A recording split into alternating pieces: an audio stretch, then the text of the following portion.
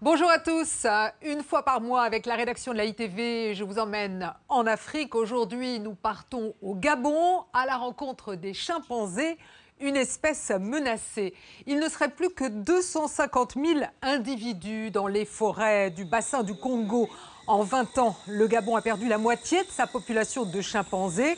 Ils sont chassés pour leur viande. Ils souffrent aussi de la réduction de leur habitat, une forêt tropicale grignotée par l'agriculture. Bonjour Nathalie Sarfati. Bonjour Valérie. Vous revenez du Gabon, près de la frontière congolaise. Vous avez tourné au parc de Lekedi. Ce sont 17 000 hectares de forêt protégée. On peut parler d'un sanctuaire pour les chimpanzés ? C'est un sanctuaire pour les chimpanzés et surtout les chimpanzés orphelins, ceux qui ont été victimes de braconnage dans le commerce de viande de brousse notamment. Leurs parents ont été tués pour Exactement. pour la viande. plupart de ces petits chimpanzés ont vu leurs parents se faire tuer.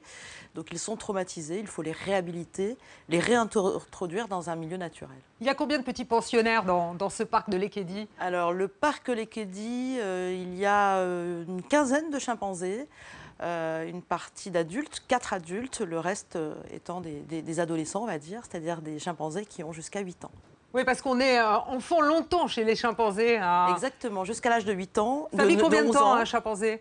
Une cinquantaine d'années, entre 40 et 50 ans. Vous avez pu les approcher ? Oui, pas les adultes. Eux, ils sont Trop costauds. Ils sont trop costauds Trop musclés. et puis ça peut être violent, un chimpanzé Alors, surtout. on vous découvre sur l'image avec un jeune chimpanzé. Alors ça, c'était vraiment... J'ai vécu un rêve de petite fille. Pouvoir approcher un chimpanzé, quand ils sont tout petits comme ça, c'est très On attendrissant. peut leur faire des câlins, Et manifestement. on leur fait des câlins et eux aussi viennent nous faire des câlins. Donc c'était une belle expérience en tout cas. Alors, on va voir dans votre reportage tout de suite que les bébés singes donc, qui débarquent dans ce parc de Lekedi sont choyés par une maman de substitution. On a l'impression qu'il y a presque un sentiment qui passe. Hein. Mais c'est plus que des sentiments. On a l'impression d'être dans une relation presque d'humain à humain. On est tout de suite très attendris. Ils ont des comportements de bébés, de vrais bébés, d'enfants. Et donc, je mets au défi quiconque de ne pas être attendri par ces petits animaux. Images de bébés singes. Alors, ils s'appellent Tarzan, Julie ou Lolita. Après une histoire tragique, ils ont trouvé dans ce parc une deuxième chance dans la vie. On découvre tout de suite votre reportage. Nathalie, on se retrouve tout de suite après avec David Lefranc et Marie-Claude Bomsel, 2 spécialistes des grands singes. Les orphelins du parc de Lekedi, c'est un reportage de Nathalie Sarfati, Massimo Bulgarelli et Chantal Colibert.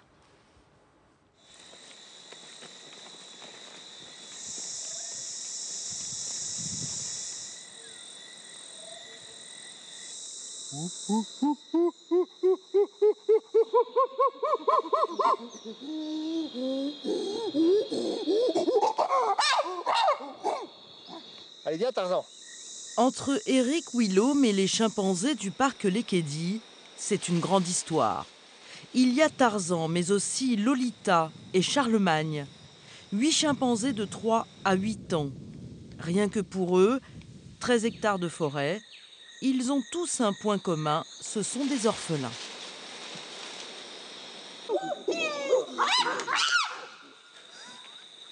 Tous ceux qu'on récupère, c'est tous des orphelins donc, qui ont perdu leurs parents, souvent qui ont vu leurs parents se faire tuer, qui ont été très souvent maltraités dans les premiers jours quand ils ont été récupérés par des humains, donc qui n'ont pas confiance en l'humain, qui en ont peur. Et donc on a beaucoup de problèmes dans un premier temps à ce qu'ils aient confiance en leur nourrice, etc., pour qu'on puisse les nourrir, s'occuper d'eux comme des enfants.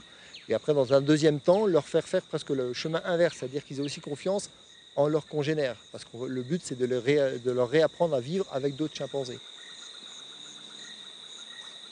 Situé dans la forêt gabonaise, le parc Lekedi a pour vocation de permettre aux chimpanzés de devenir autonomes. Mais avant de pouvoir l'être, il faudra du temps.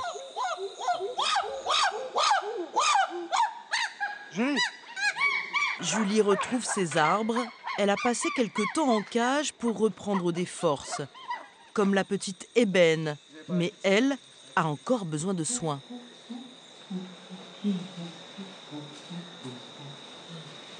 Elles avaient des problèmes parasitaires, donc elles avaient commencé à maigrir. Donc on a décidé de les séparer du groupe, de les nourrir individuellement, de manière à ce qu'elles reprennent du poids, et de les traiter aussi anti-parasites.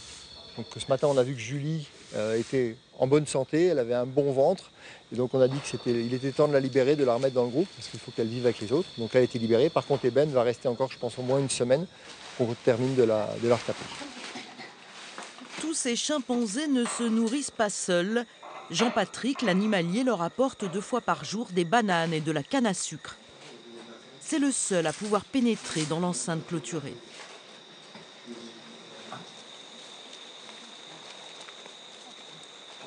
Et il faut avoir une certaine habitude déjà, et bien connaître les singes. Parce que si vous rentrez, ils vont commencer à grimper sur vous. Et on peut avoir des accidents.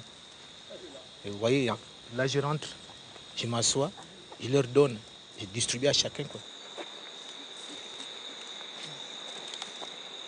Mais quand on jette, il y a d'autres qui ne mangent pas. Il faut forcément rentrer, s'asseoir et prendre tout le temps, les donner un peu, quoi, que chacun voit sa petite part.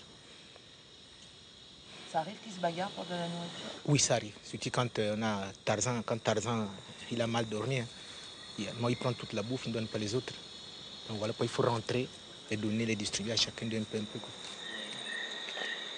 Julie est une jeune chimpanzé de 4 ans. Elle revient de loin et son histoire est malheureusement l'histoire de nombreux autres chimpanzés orphelins.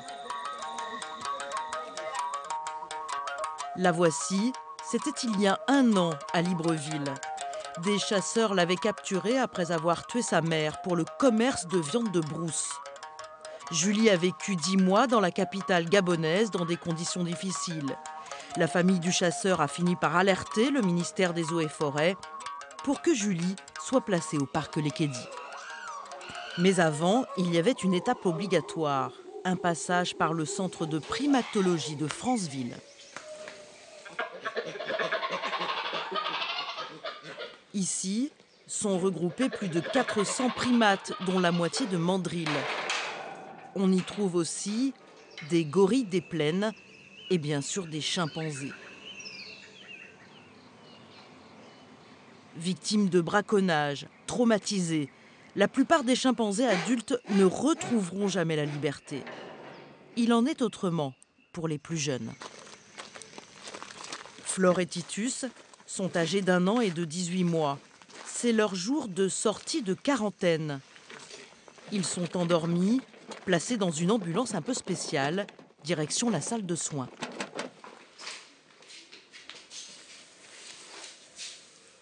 Pas de molaires, pas de M1, M2, M3. Pareil pour moi, pour Flore.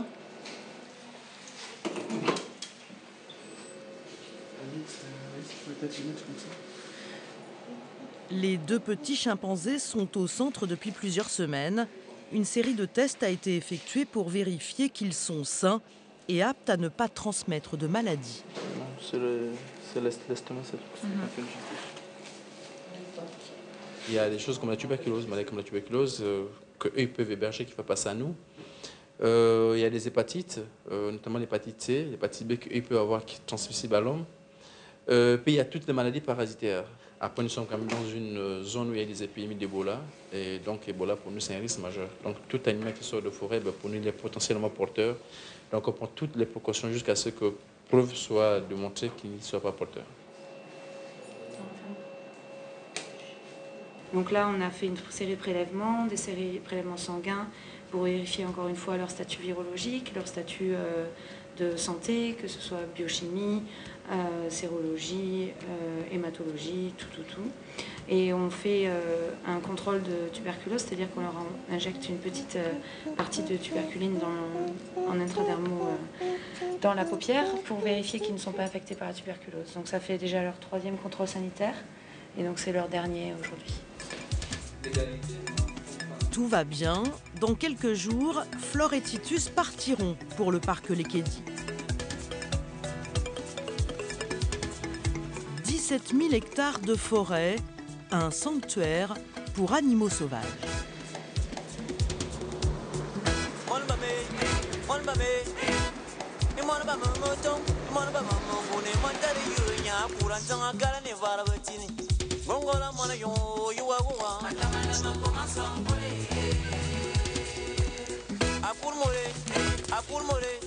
Avec un peu de chance et de marche, on peut même tomber sur une colonie de mandrilles.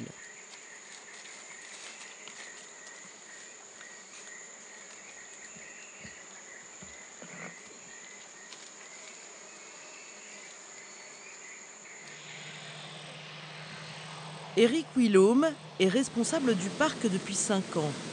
Les pistes, il les connaît par cœur.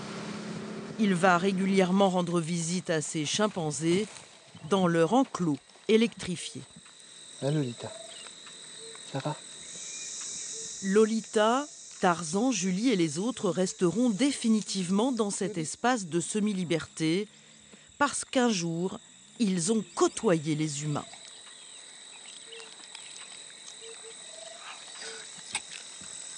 Ils peuvent avoir un comportement agressif envers les humains et ils peuvent être relativement dangereux. C'est-à-dire que c'est des animaux qui sont extrêmement puissants. Un chimpanzé, on a l'habitude de dire que c'est 7 fois la force d'un homme. Et donc ces chimpanzés-là, qui sont complètement habitués à l'homme, ils associent l'homme avec la nourriture. Donc si on les laisse en liberté, ils vont aller vers les humains pour avoir de la nourriture. Et les réactions des humains peuvent être aussi assez violentes. Donc pour les protéger et pour protéger les touristes, on est obligé de les enfermer. Malheureusement, ces chimpanzés ne pourront jamais être lâchés.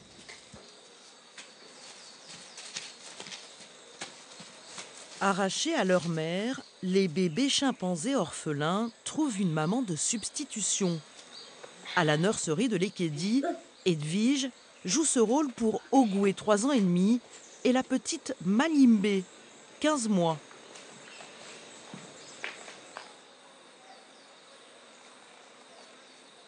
On s'occupe des bébés chimpanzés comme si c'était vraiment votre propre bébé. Pour s'en occuper de le bébé, il faut le nourrir, il faut le regarder, le prendre soin s'il est malade ou bien ça ne va pas. Ils vous considèrent comme leur maman? Oui. Et c'est comme moi aussi, je les considère comme mes enfants. Ogoué et Malimbe sont nourris au biberon 4 fois par jour. La plus grande va dans quelques semaines rejoindre ses congénères dans le parc, mais elle a déjà des envies de liberté.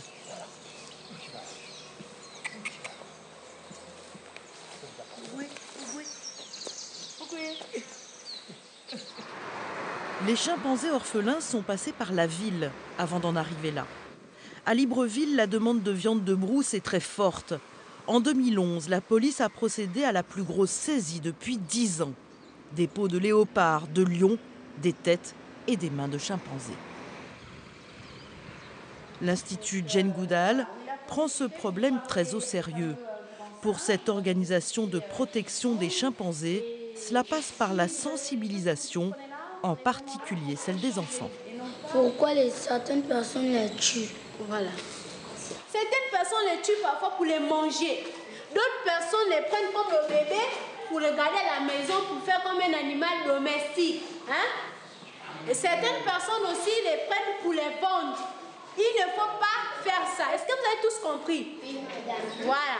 Les enfants, ils sont très réceptifs et ils sont très curieux. Ils ont aussi beaucoup de questions parce qu'ils observent dans les documentaires et ils voient aussi à la maison des singes qui sont en captivité chez les parents, chez les oncles. Donc, ils se demandent pourquoi ces singes sont en captivité et pourquoi on les mange alors qu'ici, nous venons les dire qu'il ne faut pas les manger.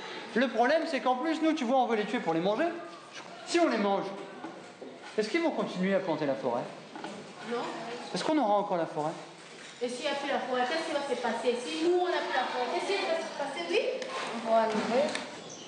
En leur expliquant le fait qu'on est très proches et qu'on se ressemble beaucoup, qu'on vit de la même manière, quand ils vont apprendre à les aimer, à se rendre compte qu'on est pareil, ils vont apprendre à les aimer, là ils auront beaucoup moins, ils n'auront plus envie en fait de les chasser. On passe par cette empathie-là, par ce sentiment de proximité, cet amour qu'on essaie de leur transmettre pour les chimpanzés et les gorilles, pour qu'ils aient plus envie de les consommer et de les avoir en cage. Et ça marche plutôt bien.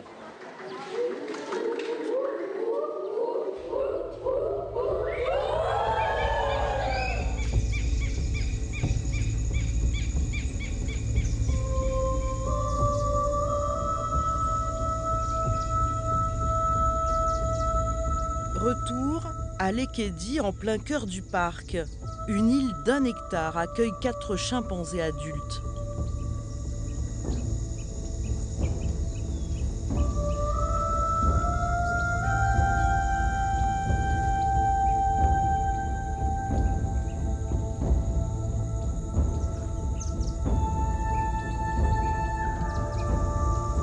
Ils vivent ici en toute sérénité.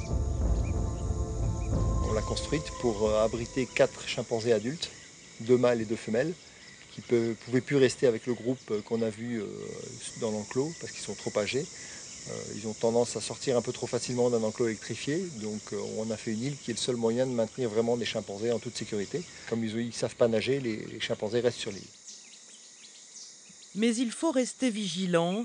Le Gabon a perdu la moitié de ses effectifs de chimpanzés en 20 ans.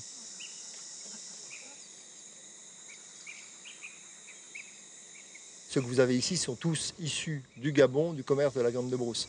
Donc c'est-à-dire que leurs parents à tous ont été massacrés pour être mangés.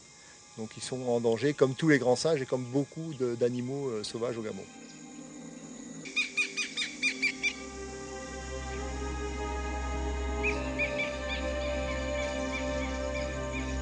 Les chimpanzés sont toujours menacés de disparition.